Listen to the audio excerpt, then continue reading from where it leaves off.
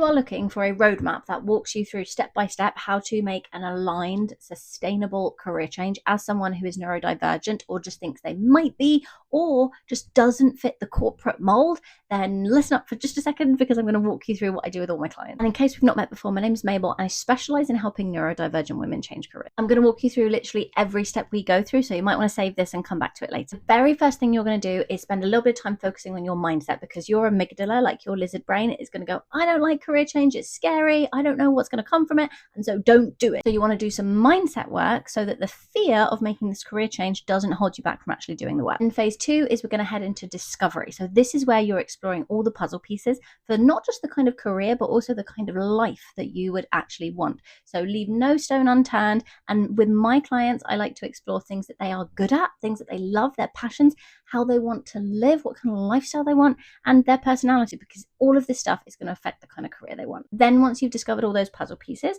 your next job is to narrow them down to the most important parts. And I call this painting like a picture of the kind of life and career that would actually fit you really well. Then you're going to use that picture to brainstorm some initial careers. So as you've gone through that discovery, you might have been coming up with like a few different careers, like, oh, I thought about being a therapist in the past, I've always thought it'd be cool to start a business. So you make an initial research list just based on your own knowledge of careers that you've been interested in the past that you would like to explore. But you probably also want to explore careers that you haven't heard about yet, like expand your horizons. So this is how we're going to do that. Take your initial research list, so like 4 careers that you're interested in, go and speak to people who do those jobs to learn more about them and if they would actually be right for you. And at the same time, in those conversations that you have with people, ask them if they know anyone who does jobs that are a little bit similar to what they do, but also a little bit different. And that is how you get to find out about entirely new careers you maybe never knew existed. Then you're going to go out and talk to people who do those jobs and learn more about them. And in my experience, when we do this enough and we have enough conversations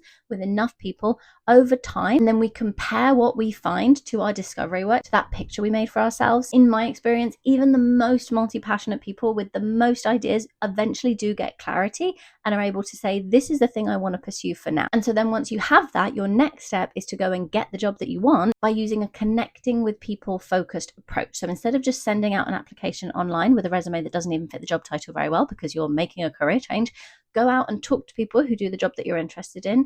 They get to see how brilliant you are, how capable you are, and then at the end of the conversation, ask them if they know anyone that's hiring. And when you do that enough times, eventually someone is going to say, yeah, actually, I do know someone that's hiring. Let me connect you with them directly. And that way you get right to the front of the interview queue. You're way more likely to get an interview and honestly more likely to get hired. And then you just do a little bit of interview prep to make sure that you're really confident in who you are, what you can give going into that interview, and you get the job. I hope this was helpful. And of course, follow along on this page for more career change tips.